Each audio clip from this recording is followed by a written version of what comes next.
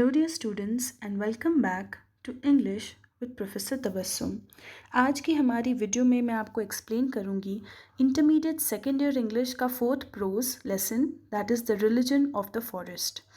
अब इस लेसन की वोकेबलरी थोड़ी टफ है एंड इसमें बहुत सारा डीप फिलोसफी की बात की गई है। So that's the reason why I'm going to use a mind map to explain you. But then again, we'll have 3 parts of this same lesson, not like any other lesson जहाँ पर हमने एक ही video में एक ही mind map use कर कर lessons explain किए हैं. So we'll have 3 videos. So part 1, 2 and 3. This is the first part. Okay. So let's begin. So the religion of the forest इस लेसन को लिखा है रविंद्रनाथ टैगोर ने. Okay. तो ये जो लेसन है रिलीजन ऑफ फॉरेस्ट वो उनका एक कलेक्शन है इंग्लिश कॉम्पोजिशन का जिसका नाम है क्रिएटिव यूनिटी. ये 1922 का इंग्लिश कॉम्पोजिशन है जिसका लेसन है the religion of the forest. Okay, so let's learn a little about the author. So Rabindranath Tagore जो हैं वो भारत के सबसे पहले नोबेल लॉरिएट है. नोबेल लॉरिएट कौन होता है? नोबेल लॉरिएट यानी कि उनका नाम नोबेल प्राइज़ विनर्स के लिए नॉमिनेट किया गया है. सो इंडिया का नाम अगर लिटरेरी मैप पर आया है यानी कि पढ़े लिखे लोगों के मैप के ऊपर अगर इंडिया का नाम आया है तो वो रविंद्रनाथ टैगोर की वजह से. रविंद्रनाथ टैगोर को पॉपुलरली बुलाया जाता है गुरुदेव. ओके, या फिर विश्व कवि. कवि यानी कि poet. Okay, he is the poet of the world. Now Rabindranath Tagore को नोबेल प्राइज़ मिल चुका है उनके बहुत ही मशहूर एंड फेमस काम गीतांजलि के लिए 1913 में. Okay, so he is a multi faceted genius. वो एक नॉवेलिस्ट है, एसेइस्ट है, सोशल रिफॉर्मर है, बहुत कुछ है. Okay, so we can say in one term that he is multi faceted genius. अब उनका नाम जो है वो इमॉर्टल है यानी कि कभी नहीं ख़त्म होने वाला नाम है उनका क्योंकि उनका काम ही इतना अच्छा है. Because the way in which he rights is very clear and he is having a universal appeal यानी कि दुनिया भर में लोग उन्हें जानते हैं उनके बहुत ही अच्छे काम की वजह से. So that was the information about Rabindranath Tagore. So let's learn little about the religion of the forest कि इसमें क्या बोला गया है रविंद्रनाथ द्वारा. ओके, सो सबसे पहले तो मैं बता दूं कि इस लेसन में इलस्ट्रेशंस का यूज़ किया गया है यानी कि फैक्ट्स और एग्जाम्पल्स का यूज़ किया गया है. ओके, ये जो लेसन है वो एलिगेंट है. एलिगेंट है यानी कि अट्रैक्टिव है, बहुत ही क्लियर है, प्रोफाउंड है यानी कि इसमें डीप अंडरस्टैंडिंग की बात की गई है, deep and clear understanding. Then you are having comparisons. Comparisons किए हैं रविंद्रनाथ टैगोर ने, 2 अलग अलग चीज़ों के कंपैरिजन्स किए हैं. फिर कॉन्ट्रास्ट भी बताए हैं कि कैसे एक चीज़ दूसरे चीज़ से अलग है, डिफरेंट है. एंड ये जो ऐसे है वो एक आर्ग्यूमेंटेटिव ऐसे है जहाँ पर रविंद्रनाथ टैगोर आर्ग्यू करते हैं बहुत सारे टॉपिक्स पर. ये एक्सपोजिटरी ऐसे भी है, that means that it is trying to teach us something. And basically ये एक रिसर्च पेपर है.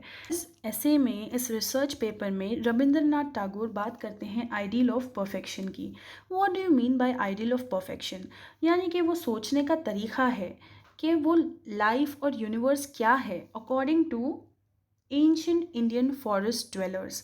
फॉरेस्ट ड्वेलर्स कौन होते हैं? फॉरेस्ट ड्वेलर्स यानी कि निसादस यानी कि वो लोग जो कि रहते हैं और डिपेंड करते हैं फॉरेस्ट के ऊपर, फॉरेस्ट में रहते हैं और फॉरेस्ट की लाइफ के ऊपर उनकी डिपेंडेंसी है.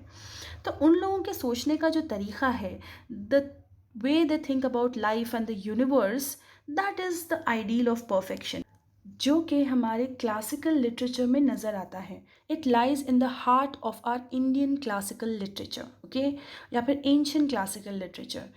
And it also dominates our mind. हम सबके माइंड्स को, हमारी इमेजिनेशन में आज भी है वही आइडियल ऑफ परफेक्शन, वही सोचने का तरीका जो कि इंडियन फॉरेस्ट ड्वेलर्स का था.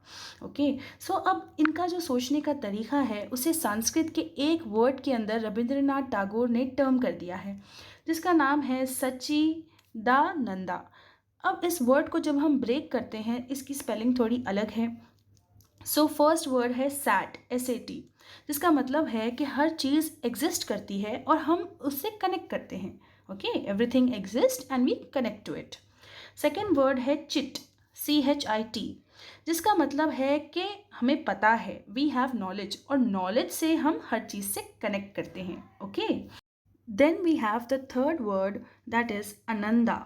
आनंदा का मतलब होता है कि we enjoy and we are connected to everything with the relationship of love. कि हम चीज़ों को एंजॉय करते हैं और हम सब एक प्यार के बंधन से रिलेटेड हैं. Okay. So this is the meaning of the word Sachchidananda. Sanskrit का वर्ड है, जो है वो एंशियंट इंडियन फॉरेस्ट ड्वेलर्स का सोचने का तरीका है. ओके.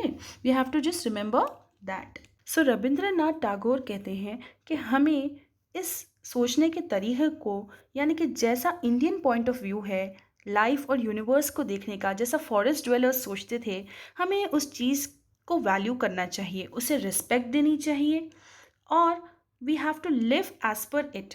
हम इसके हिसाब से ही हमें ज़िंदगी बितानी चाहिए, तभी दुनिया में रहेगा पीस और प्रॉस्पेरिटी. दुनिया में बाहर आएगी और दुनिया में सुकून रहेगा. लेकिन अगर हम इससे डिविएट हो जाते हैं, अगर हम अपनी रूट को बदल लेते हैं, अगर हम इस वे ऑफ लिविंग को फॉलो ना करें, अगर हम उस एंशियंट मेथड को फॉलो ना करें और सोचें लाइफ और यूनिवर्स के बारे में, then we are going to be unsuccessful. हमारा डाउनफॉल हो जाएगा. Okay. So religion of forest है क्या?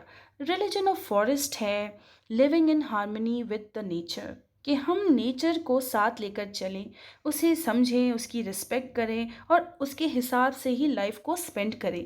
और वही है religion of the forest. You can write this in the critical comment of your answers. Okay. तो रविंद्रनाथ टैगोर कहते हैं कि दो हमारे बहुत ही मशहूर इंडियन क्लासिकल ड्रामा हैं. पहला तो है अभिज्ञाना शकुंतलम एंड सेकेंड है उत्तरा रामाचरिता.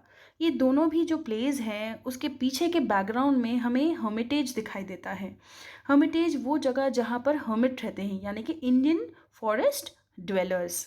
सो I will continue in the next video. Stay tuned.